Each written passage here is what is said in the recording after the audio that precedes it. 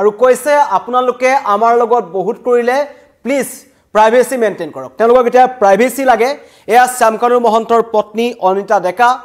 দুদিনৰ দৰে সদায় তেওঁ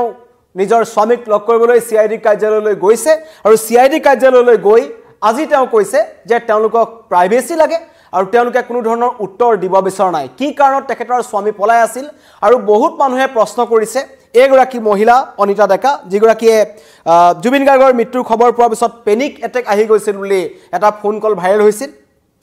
কিন্তু এতিয়া মানুহৰ খং উঠিছে কিন্তু মানুহৰ খং উঠাৰ লগে লগে শ্যামকানু মহন্তৰ পত্নীৰ খুব আমাৰ লগত আপোনালোকে বহুত কৰিছে এই ধৰণৰ মন্তব্য কৰিছে কিছু সময় পূৰ্বে শ্যামকানু মহন্তৰ পত্নী উলুবাৰীত থকা সিআইডি কাৰ্যালয়ত উপস্থিত হৈছিল কালিও শ্যামকানু মহন্তৰ কাৰণে টপতে গৰম ভাত বনাই লৈ গৈছিল এগৰাকী অনিতা ডেকাই আৰু তাও হেয়া ভিতৰলৈ নিবলৈ দিয়া নাছিল কেৱল কাপোৰ কানিহে তেখেতক ভিতৰলৈ নিব দিলে যিদৰে এজন অভিযুক্তৰ লগত কৰিব লাগে ঠিক একেদৰে এজন শ্যামকানু মহন্তৰ ক্ষেত্ৰতো একেই কৰিছে সিআইডিয়ে আৰু তাত হয়তো এগৰাকী মহিলাৰ খং উঠিছে আৰু যেহেতু সাংবাদিকে যেটা প্ৰশ্ন কৰে সাংবাদিকৰ কেমেৰা যেটা আগবঢ়াই দিয়া হৈছে উলুটাই তেওঁহে খং প্ৰতিক্ৰিয়া প্ৰকাশ কৰিছে তেওঁ কৈছে যে আপোনালোকে আমাৰ লগত বহুত হেৰি কৰিছে আমাৰ একেটাৰ লগত বহুত হেৰি কৰিছে আমাক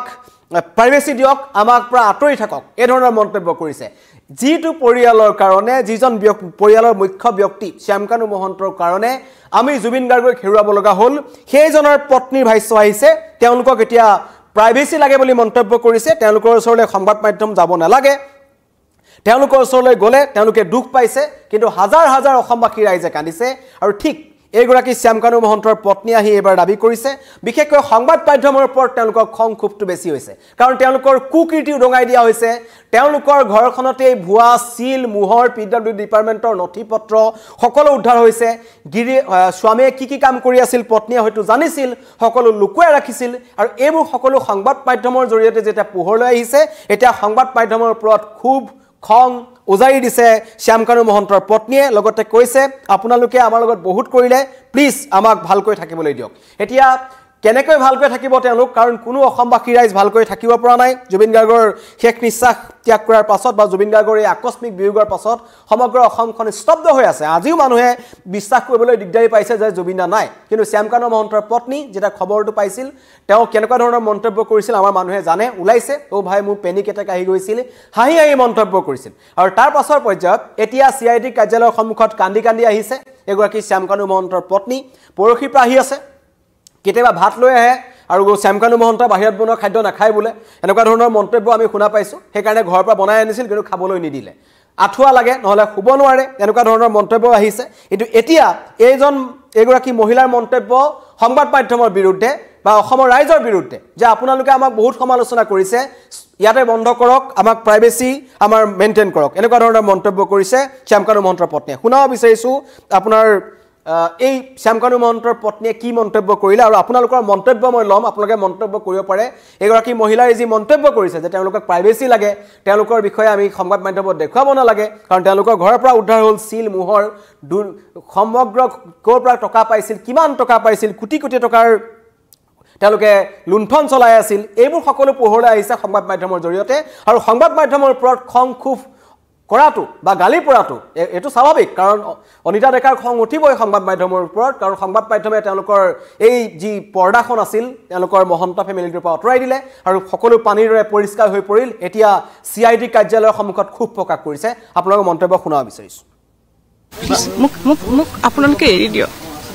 প্লিজ মই এই কৈছো মানুহজনক বহুত আপোনালোকে হেৰি কৰিছে আৰু আৰু আৰু আমাক নকৰিব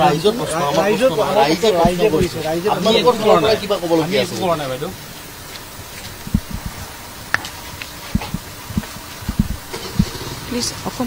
অকমান ৰেসপেক্ট কৰক মোৰো প্ৰাইভেচিটো অকমান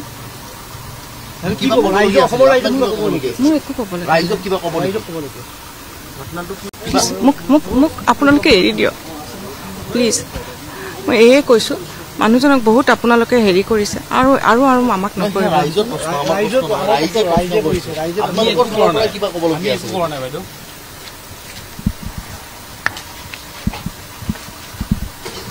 প্লিজ অকমান ৰেসপেক্ট কৰক মোৰো প্ৰাইভেচিটো অকমান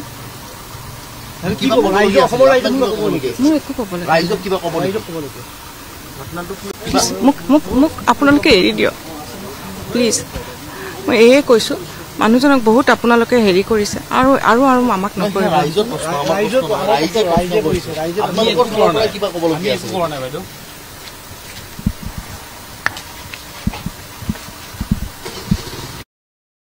এয়া মন্তব্য শুনিছে শ্যামকানু মহন্তৰ পত্নীৰ তেওঁ কৈছে আপোনালোকে আমাৰ এখেতৰ লগত বহুত হেৰি কৰিছে এটা কি হেৰি কৰিছে সেইটো শ্যামকানু মহন্তৰ পত্নীয়ে জানিব আৰু তেওঁলোকক প্ৰশ্ন সোধাটো কৰবাত নহয় কৰবাত ভুল হৈছে বুলি কৈছে মন্তব্য কৰিছে আমাৰ লব বিচাৰিছো টিলছন বৰুৱা পেনিক এটেক আহিব চাব এনেকুৱা ধৰণৰ মন্তব্য কৰিছে পিতম বৰুৱাই লিখিছে কিহৰ প্ৰাইভেচি লাগে আৰু আপোনালোকক এনেকুৱা ধৰণৰ মন্তব্য কৰিছে ইনজামুল হকে লিখিছে জুবিনদাৰ মৃত্যুৰ দিনা তাই হাঁহিছিল আৰু আমাৰ উখা বন্ধ হৈ গৈছিল মন্তব্য কৰিছে তিলচন বৰাই লিখিছে পেনিক বাইদেউ বহু মানুহে লিখিছে শ্যাল ৰহমানে লিখিছে জুবিনদাক শেষ কৰিলি তহতে পৰাগ বৰাই লিখিছে ফাঁচি দিব লাগে মিতালী গগৈ লিখিছে হাঁহি হাঁহি হাৰ্ট এটেক আহিছিল এইগৰাকীৰ দিগন্ত বৰাই লিখিছে কিহৰ বাবে প্ৰাইভেচি লাগে বুলি মন্তব্য কৰিছে প্ৰণৱ জ্যোতি হাজৰিকা লিখিছে ভালেই হৈছে তহঁতি উচিত শিক্ষা পাইছ এনেকুৱা ধৰণৰ মন্তব্য কৰিছে পাপুমণি লহকৰে লিখিছে এহঁতক ফাঁচি দিব লাগে পুবালী লাহনে লিখিছে পেনিক এটেক অহাজনী নহয় জানো এনেকুৱা ধৰণৰ মন্তব্য কৰিছে ৰুমি ডেকা আজিও মানি ল'ব পৰা নাই দাদা আপুনি নাই বুলি ইহঁতক কেনেকৈ এৰো তেনেকুৱা ধৰণৰ মন্তব্য কৰিছে নিৰূপম বৈশ্য কেনেকৈ আইজে কৰিবলৈ একো বাকী নাই সকলো নিজেই কৰিছে এই ধৰণৰ মন্তব্য ৰাইজৰ পৰা খং খুব আহিছে কাৰণ এইগৰাকী মহিলা অনিতা ডেকা শ্যামকানু মহন্তৰ পত্নী প্ৰতিদিনে CID কাৰ্যালয়ৰ সন্মুখত এটা নহয় এটা বেগ লৈ উপস্থিত হয় আৰু তাৰ পাছত সাংবাদিকৰ কেমেৰাৰ পৰা তেওঁ পলাবলৈ চেষ্টা কৰে দুদিন তেওঁ সাংবাদিকৰ কেমেৰাৰ পৰা আঁতৰি গুচি গ'ল কাৰণ এই পৰিয়ালটোৱে 13 দিন 14 দিনৰ এটা মৌনব্ৰত পালন কৰিছিল তেওঁলোকে কোনো ধৰণৰ মন্তব্য দিয়া নাছিল নিজৰ ফালৰ পৰা আৰু এতিয়া আকৌ ৰেখা বৰদলৈ লিখিছে খাই পেলালি তহতে এতিয়া কিহৰ প্ৰাইভেচি লাগে পুনু বৰাই লিখিছে আনক সন্মান দিয়ক তেতিয়াহে সন্মান পাব প্ৰবীণ বৰাই লিখিছে পেনিক অহাতে কহা নাই নেকি এতিয়া এনেকুৱা ধৰণৰ মন্তব্য কৰিছে পাপুনি লহকৰে এটা সম্পদ অমূল্য সম্পদ শেষ কৰি দিলি তহতে বুলি মন্তব্য কৰিছে ছায়া কলিতা লিখিছে আমাক হাঁহিবলৈ দিয়ক আপোনালোকে কানক তন্ময় মেধিয়ে লিখিছে উচিত শাস্তি পাব লাগিব দুলাল চন্দ্ৰ নাথে লিখিছে তেওঁ কিহৰ কাৰণে হাঁহিছিল আজি জানিব বিচাৰিছো জুবিন গাৰ্গৰ মৃত্যুৰ দিনাখন খবৰ পোৱাৰ লগে লগে এগৰাকী অনিতা ডেকাৰ কেনেকৈ হাঁহি উঠিছিল তাৰ উত্তৰ বিচাৰিছে দুলাল চন্দ্ৰ নাথে অনিল নাথে লিখিছে হাঁহিটো ক'ত গ'ল এতিয়া কিয় কান্দিছে এনেকুৱা ধৰণৰ মন্তব্য কৰিছে ঋতিক পৰাশয় লিখিছে একদম মনে মনে থাকক আপোনালোক বিজনেছৰ পইচাৰ কাৰণে জুবিন দাক শেষ কৰি দিলে ইহঁতে এনেকুৱা ধৰণৰ মন্তব্য কৰিছে দীপক বৰাই লিখিছে ফেষ্টিভেল মহন্ত শুড বি হেং সকলোৱে ফাঁচি দাবী কৰিছে আব্দুল ইছলামে লিখিছে ফাঁচিয়ে দিব লাগে ইহঁতক বিজু দাকে লিখিছে ৰাইজৰ টকাবোৰ খাই হেপাহ পলোৱা নাই ইহঁতৰ এনেকুৱা ধৰণৰ মন্তব্য কৰিছে গাজীপুৰ ৰহমানে লিখিছে ফাঁচি দিব লাগে ধ্ৰুৱজ্যোতিয়ে লিখিছে কিয় হাঁহিছিল সেইদিনা সেইটো সোধক সাংবাদিকে সোধক এই ধৰণৰ মন্তব্য কৰিছে প্ৰাঞ্জল বৰা নিউৱে লিখিছে ফাঁচি দিব লাগে দাদা বৈশালী বৰাইজে লিখিছে বা সেইদিনাৰ দৰে হাঁহিটো আজি নাই কিয় আপোনাৰ মুখত এনেকুৱা ধৰণৰ মন্তব্য কৰিছে টংকেশ্বৰ হাফলঙে লিখিছে লৰাৰ মানুহজনক জিন্দাখন ঢুকাইছিল তুমিও হাঁহিছিলা কিহৰ কাৰণে হাঁহিছিলা মন্তব্য কৰিছে মানুহৰ খং উঠি আছে বিজু দাস জুবিন দাক শেষ কৰি পেলালি তহঁতি হাঁহিটো কি হ'ল তোমাৰ জীৱন পকালে লিখিছে কংকন কলিতা লিখিছে ইমান দিন কোনো কথা কিয় কোৱা নাছিল কিয় ওলাই অহা নাছিল মন্তব্য কৰিছে মাৰ্জিন মাটিঙা লিখিছে খং উঠিছে শ্যামকানু মহন্তৰ পত্নী CID কাৰ্যালয়টো প্ৰাইভেচি লাগে আপোনাৰ স্বামীয়ে যি কৰি দেখুৱাইছিল ভিডিঅ' কলিঙত তাত প্ৰাইভেচি ক'ত গ'ল এই ধৰণৰ মন্তব্য কৰিছে হেমপ্ৰভা শইকীয়া লিখিছে আপোনাৰ স্বামীয়ে জুবিন দাক ধ্বংস কৰিলে এনেকুৱা মন্তব্য কৰিছে প্ৰণৱ জে কলিতা লিখিছে হাঁহিটো দাঁত কেটা ক'ত গ'ল সেইদিনাখন যি হাঁহিছিলে ক'ত গ'ল এনেকুৱা ধৰণৰ মন্তব্য কৰিছে মানুহৰ খং উঠিছে জাতীয় সম্পদ শেষ কৰি দিলে আপোনালোকে এনেকুৱা ধৰণৰ মন্তব্য কৰিছে সূৰ্যা প্ৰকাশে লিখিছে অকল ফাঁচি দিব লাগে তন্ময় মেধিয়ে লিখিছে জুবিন দাৰ দৰে অমূল্য সম্পদ শেষ কৰাৰ শাস্তি নিশ্চয় পাব আইনে নিদিলেও ৰাইজে দিব ৰূপম কশ্যপে লিখিছে কিয় হাঁহিছিল সেইদিনাখন সেইটো কওক আব্দুল খালেকে লিখিছে কানুক উচ্চ ন্যায়ালয়ত গোচৰ দিবলৈ কোনে সুবিধা কৰি দিলে তাৰো তদন্ত কৰিব লাগে হয় এজন শ্যামকানু মহন্তই আমি আগতে কৈছিলো আইনী প্ৰক্ৰিয়াৰ কাৰণে হাজাৰ হাজাৰ কমেন্ট আহিছে ইয়াত